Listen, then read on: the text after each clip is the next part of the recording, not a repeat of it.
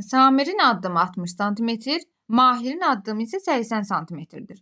Onlar hərəkətə başladıqdan sonra hansı ən yaxın məsafədə onların addımları üst-üstə düşər? Bu tipdə olan məsələləri əvvəllər, məsələn, Əbu Bəkovdan anlayışımız olmadıqda bu cür tapa bilərdik. Məsələn, Samirin addımını 60-60 artıraraq 60, 120, 180, Mahirin addımını isə 80, 160, 240 və s. artıraraq harda ki eyni rəqəm alardıq, demək bu məsafədə üst-üstə düşərdi. Bu cür tapırdıq. Ancaq əkob anlayışını bildikdən sonra addım məsələlərində əkobu tapdıqda üst-üstə düşdüyünü tapa bilərik. Ona görə də biz 80 ilə 60-ın əkobunu taparıq. Əkobu tapmaq üçün əvvəlcə 60-ı və 80-i sadə vurğularına ayırırıq.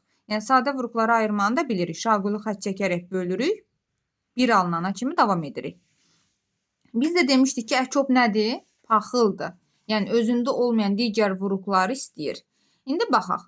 Ən böyüyünü götürərdik 80-i. 80-in hansı vurğu yoxdur? Hansı vurğu varsa istəmir. Onun üzərinə xətt çəkərik. 2 vurğu var, istəməz.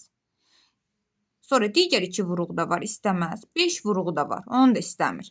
Demək 3 vurğu yoxdur. Demək biz 80-i 3-ə vursaq, əkobu tapmış olarıq. Cavabımız 240 santimetr. Yəni 240 santimetrdə hər ikisini üst-üstə düşər addımları.